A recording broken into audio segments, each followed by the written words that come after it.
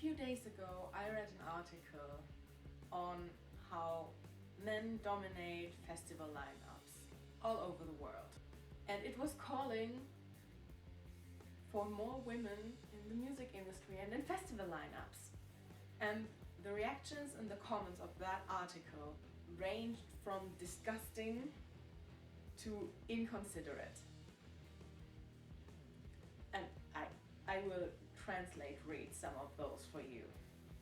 Someone wrote, there are very few good rock bands from women. Or festival visitors are conservative and want old school troops, which apparently means that there can't be any women there. Joan Jett? Eh? Doro? Pretty old school to me. Someone else wrote, maybe men like music more. No. Someone else wrote, everyone who stands on a stage is going to be sexualized. He also said sex sells. Someone else wrote, which is one of the inconsiderate ones, why should we make a difference between men and women when it comes to lineups? And that brings me to the topic that I wanted to talk about in this video. It's representation. It matters. If in symphonic metal, which is the genre that my band and I do, were not so many female lead vocalists, I would probably not feel as comfortable with it as I am. Because as you have seen from these comments, many people are really disgusting towards women in the metal scene. And that's not just only people who write that. That's also people that I have gotten to know, that I have tried to work with before, and it just didn't fit my gender expression. It just didn't completely fit. One ex-bandmate told me, oh, you make everything an opera version. And they got off on how I was wearing makeup and all those things.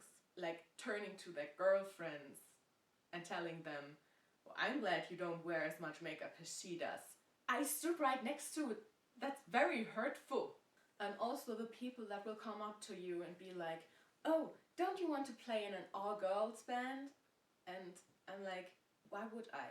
Why would I? I don't have to work with other women for my gender identity to be welcomed into a group of musicians. That should not be necessary. That comment alone that said there are not many bands, good bands, with women in it. It's so degrading to every female musician. There are some female musicians out there, lead vocalists, great lead vocalists, who don't really seem to have any other women that they count as their idols. I think that's so sad. But that's especially a problem when it comes to growling lead vocalists who are women. It took me from, I think, 2016 until 2020 to find a second one that I could identify enough with at the time to count them under my idols. With Alyssa White-Glass, there is this feeling of her being a bit out of place when you look at the promo material. All the other members of Arch Enemy stand behind her doing their oh grumpy face, and she is in the front smiling or smoldering or something, and it just doesn't fit the vibe. It's like, what is she trying to do? It's like she's trying to retain some form of femininity, like don't look grumpy or be sexy. That just doesn't sit right with me, and that is something that Adrienne Cohen from 7spires is great at not buying into. She's one of those who mostly names men as their idols, which makes so much sense if you consider how much she's growling in some of their songs. But I think 7spires too is a great example why I, as a female musician, feel most comfortable with power metal and symphonic metal. In symphonic metal and power metal, the representation of women is somehow better, especially in symphonic metal. Like we have Serenia, we have We have, of course, Nightwish, Epica, Sandria, all with front women. And I figured that that is very important for me to build the confidence to be myself and to stay myself making the music that I make. I've experienced it a lot of times that my femininity kind of got into the way of what I was allowed to do with my music and what I was not. And that's not vocal technique wise, where yes, I couldn't express myself in the first band that I ever was in because they didn't want that 100% classical, clean vocal sound. So I just had to leave it out, and that made me very sad because that was me expressing myself and I couldn't do it there. And I think it was also me, partially at least, expressing my gender identity, because that very much is a topic that also affects women who work in male-dominated fields. I mean, just look at all those symphonic metal bands. It's a front woman with a bunch of dudes in the background. Some women in metal who did an extraordinary amount of giving me that confidence. Before everyone else, Floor Jansen, because her arms are my gym goals. I mean, you can't see it yet.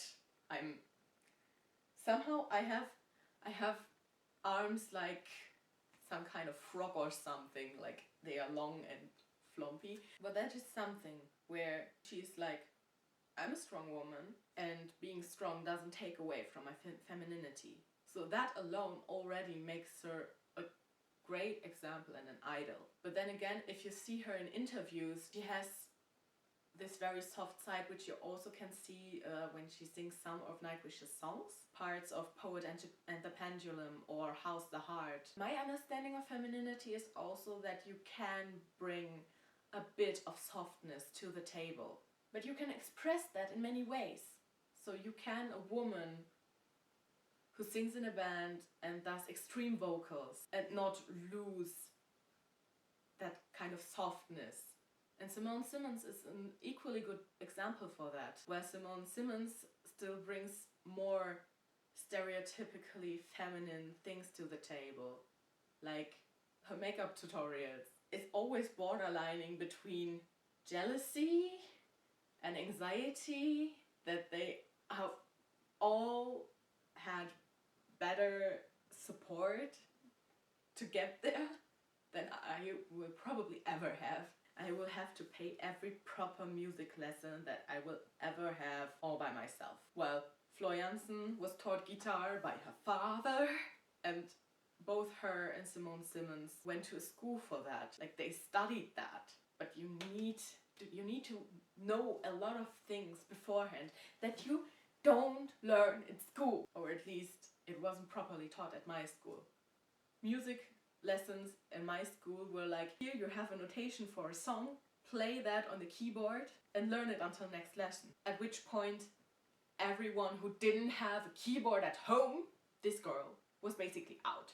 So based on how much support you get. And I need to be honest, in the comments of this article, there were also people who were like, well, women and boys and girls start off like the same amounts of learning an instrument, but women later stop because they want to concentrate on their femininity, which is like complete bullshit. Like, you should be able to be feminine and still play an instrument.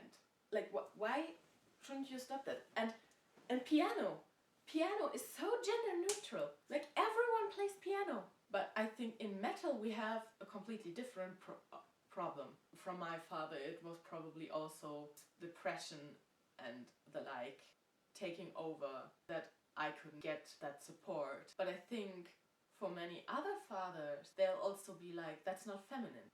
It's just that many girls just don't get the support that we would need. The people that wrote the comments about how girls just stop doing the instrument, they completely leave out the fact that it's most of the times the parents that tell them to do so, because you're becoming a woman now. You can't be playing an instrument anymore. And especially metal instruments. Like keyboard, maybe. But drums or electric guitar? There surely are still many parents who tell their kids, who tell their little girls, you can't do that because you're a girl. And because society makes a difference in these genders, especially in how we raise children, we can say, let's leave the gender out of it. Many of the people in that comment section of that article complained about how there couldn't be a quota. But I think that would help. But I also think we have too few female acts to really do that. And then again, it's a matter of taste too. Just because a band has a front woman doesn't mean that all the girls will go there and have a look at them just for the sake of representation. Representation needs to happen naturally. And I have a feeling that that only happens in power metal, where it's already established through bands that have been going for like over 20 years now, like Nightwish. Power metal, where it started even earlier with Doro Pesh and Warlock, I think was her band. We need to establish that in other genres too. But I really start seeing the need to establish that kind of natural representation in extreme metal too. But since there are still these socio-cultural barriers between girls and metal music, I just don't exactly see that coming anytime soon. Like, in extreme metal, I can think of like 3 bands with a woman in it. Arch Enemy, Ginger, and Butcher Babies. And it's like, where are they all gone? To be honest, now we have baby metal, and it's the one that got closest after they talked about Arch Enemy. What kind of bullshit is that? And they've completely forgot Ginger. Let's look at the next list of top 10 metal female-fronted bands. Nightwish, Within Temptation, Epica, Lacuna Coil. Closer, but not quite. Arch Enemy again. After Forever, which is Flo Jansen, which again, not extreme metal. Leaves Eyes, symphonic metal. Serenia, gothic metal, which sounds a lot like symphonic metal too. And again, the woman doesn't do the growls. The Agonist, okay, but it's one woman. Like, it's only Alyssa White-Glass. But we need more representation. And much representation can't come from only one person. There are so many female artists that don't acknowledge the role they play in that representation. It's like, don't call us female-fronted because you wouldn't call an all-boys band that, like male-fronted. But then again, it's representation. It's necessary, it's important. Don't withdraw yourself from that. Because for women like me, who are actually interested a little bit at least in gender studies, that sounds like we don't want to be your representation. If you say it like that, it also sounds like it's a bad thing. It's the opposite, really. It's a great thing that there are women in metal because we need them.